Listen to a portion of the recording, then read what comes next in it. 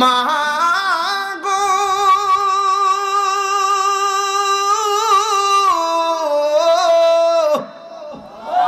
ও মা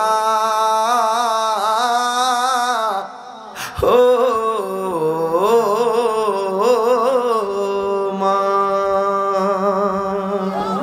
আজকে এখান থেকে যাই মারে যাইয়া দিবেন 20,000 টাকা। আম্মা তুমি টিহাটা দিয়া একটা কিছু কইরো। মাল বলবে ফুতরে আমার 3 বেলা খাইলি চলে, ওহন কে আমার টিহা লাগবো, যা ফুত লাগতো না। অক্ষণ যাইয়া মারে 1 বিড়া ফান দিবেন, লাভ দিয়ে নিব ঠান্ডারে নিয়ে সকালবেলা সিরা সিরা মানুষের দিব যে আমার মানিকে আনছে। এটা মা। বাপের নিয়ে 50,000 টাকা দিবেন, কবে ফুত আমি এটা দেখি তা করুম, তোর কাছে রাখ, বোর কাছে নিয়ে দিয়ে রাখ। আজকে যাইয়া 200 টাকার লুঙ্গি নিয়ে দিবেন, দেখবেন কালকে মার সারা লুঙ্গিটা পরবো, মার সারা ফইরা লুঙ্গিটা ফুলাইয়া দোকানে যায় কাউরি দিয়া বইব, কেউ সুজনের বাপ চা আসেনি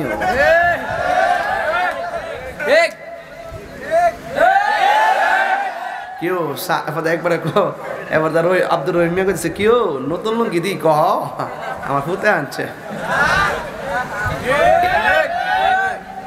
যদি আহল তাহে, যদি ব্রেন ঠিক থাকে, এই মা বাপরে ভুল বুঝিস না। যুবক পোলা মানে কয়ে গেলাম, প্রত্যেকটা মুরব্বী বাপ শুধু ইজ্জতের ডরে রাস্তায় হাইটা হাইটা গড়ের কথা কষ্টগুলো বলতে পারে না। প্রত্যেকটা সন্তানের দ্বারা বুড়া বয়সে বাপ মা নির্যাতিত হচ্ছে। কথা বলেন ঠিক না বেঠে? আবার কেউ ওয়াহানা না আলা ওয়াহানিন, কষ্টের পর কষ্ট কেমনে বলে বুঝে না, সারা জীবন ফুট ফুট করে শেষ করে বেলাইছে। যদি রে জানতো রে ফুটে বড় হইলে লাথি মারবো, এর গলার টিপ দিয়ে তো প্রথম বেলায় সাইজ করে দেওয়া দরকার ছিল। বাবা গো বাবা, বাবা গো বাবা, বাবা তুমি কেমন আছো ছোট মাটির ঘরে, তোমার কাছেরই ওই মাঝে পড়ছে বারে বারে। বাবা গো বাবা, বাবা গো বাবা, কত আদর কত স্নেহ। আপনারা বুঝতেন না, যার বাপ মা আছে আমার ওয়াজ বুঝতো না। যারা বাপ মা নাই হেরা বুঝবো যে ঈদের দিন গরুর গোশত খাইতে যায়, ও মুখে খাবার জানাই বাপরে সারা মারে সারা, কথা কোন ঠিক কিনা? কত আদরে কত স্নেহ তোমার কাছে পেলাম, সব কিছু হারিয়ে আজকে নিঃস্ব হয়ে গেলাম। কত আদরে কত স্নেহ তোমার কাছে পেলাম, সব কিছু হারিয়ে আজকে নিঃস্ব হয়ে গেলাম। ভালোবাসি তোমায় বাবা, বুকটা যে যাইছি রে, ভালোবাসি তোমায় বাবা, বুকটা যে যাইছি রে, তোমার কথা হৃদয় মাঝে পড়ছে বারে বারে। বাবা গো বাবা, বাবা গো বাবা, বাবা তুমি কেমন আছো ছোট মাটির ঘরে, তোমার কথারি দই মাঝে পড়ছে বারে বারে। একটু কর না, বাবা তুমি কেমন আছো ছোট মাটির ঘরে, তোমার কথারি দই মাঝে পড়ছে বারে বারে। বাবা গো বাবা, বাবা গো বাবা, বাবা গো বাবা, বাবা গো বাবা। একটা জবান বন্ধ রাখ, একটা জবান বন্ধ রাখবেন না, দিলটা নরম করে বলো আল্লাহু আকবার। মা দুঃখিনী প্রসবের সময় ডাক দিয়ে বলে আমার ছুরি দে, আমার জীবনটারে আমি শেষ করে ফেলাই। আমি যদি জানতাম সন্তান ভূমিষ্ঠ করার সময় এত কষ্ট, তাইলে পেটের মধ্যে কোনোদিন আমি সন্তান নিতাম না। এই কথা বলার পরে মা দুঃখিনী কষ্ট করে সন্তান প্রসব করলো।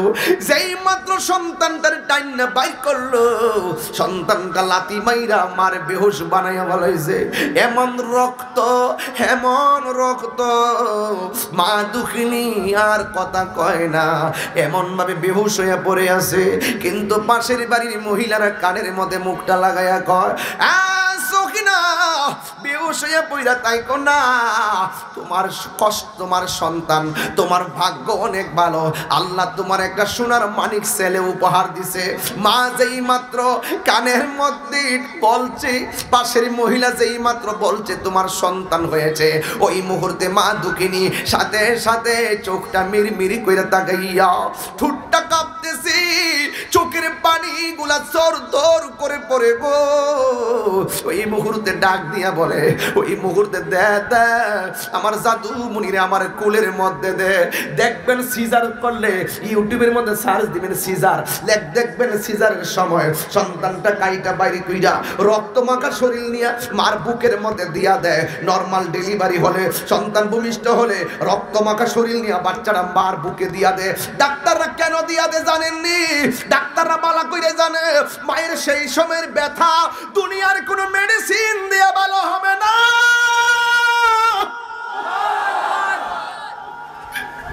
দুনিয়ার কোন মেডিসিন দিয়া মায়ের প্রসবের ব্যথা ভালো হবে না। সন্তানটার মায়ের বুকের মধ্যে দিয়ে দেওয়ার পরে মা দুঃখিনী সন্তানটার লইয়া এই দিকটা চোখের পানি ফালাইয়া ফালাইয়া কান্দে। ওইভাবে মা দুঃখিনী সন্তানদের বুকের মধ্যে নেওয়ার পরে মা দুঃখিনী মুসকি মুসকি হাসে। এই জন্য যুবক ভাইয়ের আমার, শুধুমাত্র এই জায়গাটা সীমাবদ্ধ নয়, ওয়াহনান আলা ওয়াহনিন, কষ্টের পর কষ্ট আরেকটা আছে। তাই সন্তান খাবে কি, সন্তান কি খাবে? ঠান্ডা দিলে বুকে ঠান্ডা লাগবে, গরম দিলে জিহ্বা পুড়ে যাবে। আমার আল্লাহ মায়ের বান্ডর মতে এমন দুধ দিছে, না গরম না শীত, শীতও খাইতে পারে গরমেও খাইতে পারে, এমন উপযোগী বানাইয়া মায়ের স্তনের মধ্যে আল্লাহ নিয়ামত দিয়া দিছে গো। জুন্নুন মিস্রি বলছিল, ও আল্লাহ, আমি আমার মারে কান্দে লইয়া হজ করছি, বলো না ঋণ শোধ হইছে নি? ডাক দিয়া বলে, জুন্নুন রে, 12 বার কেন 12 লক্ষ 12 যদি তুই মারে কান্দে লইয়া হজ করস, তুই দুনিয়াতে আবার সময় মার কলিজার মধ্যে যে লাথি মাইরা আইছিলি, এই লাথির ঋণও তুই শোধ করতে পারস নাই। এই জন্য যুবক আমার, কোনো টাকা দিয়া মার ঋণ শোধ করা যায় না, কোনো খাবার দিয়ে মার ঋণ শোধ করা যায় না। মার ঋণ শোধ করতে হবে মারে ভালোবাসার দ্বারা। এই জন্যই তো আমার নবী বলছে, রিদার রাব্বি ফি রিদাল ওয়ালিদাইন, মা বাবার সন্তুষ্টিতে আল্লাহর সন্তুষ্টি। আর এক জায়গায় বলছেন, আল জান্নাতু তাহাতা আকদামিল উম্মাহাত, মায়ের পায়ের নিচে সন্তানের জান্নাত। যুবক, মায়ের চেহারার দিকে যদি একবার ভালোবাসার নজরে তাকাও, আমার আল্লাহ তোমার আমলনামায় হজের সওয়াবটা দিয়ে দিবে। এই জন্য মা কেন দামি অনেকে জানে না। এই জন্য আমি প্রায় মাহফিলে বলি, মা কেন এত দামি জানে না সকলে, বলো আমার যুবক ভাইরা, কিসের কন্যা, হে মা কেন এত দামি জানে না সকলে, বলো মা কেন এত দামি জানে না সকলে।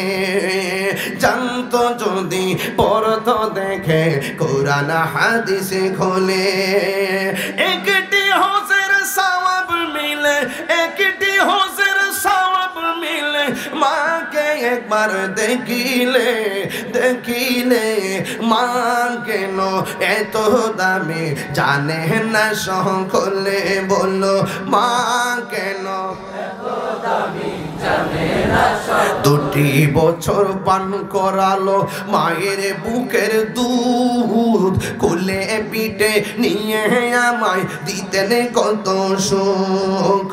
2 বছর পান করালো মায়ের বুকের দুধ, কোলে পিঠে নিয়ে আমায় দিতেন কত সুখ।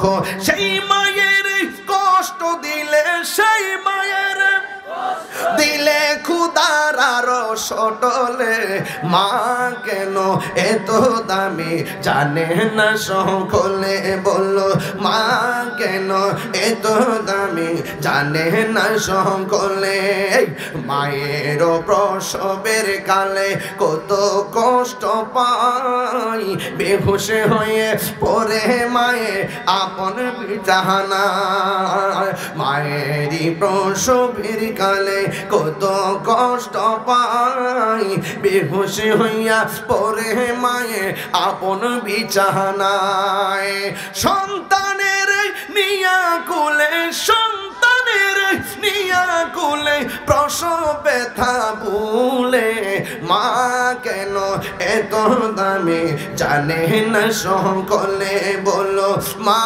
কেন এত দামি জানে না সকলে জানতো যদি পড়তো দেখে কোরআন হাদিস খুলে একটি হজের সওয়াব মিলে একটি হজের মাকে একবার দেখিলে দেখিলে মা কেন এত দামি জানে না সকলে বলো মা কেন এত দামি জানে না সকলে বলো জানে না সকলে মা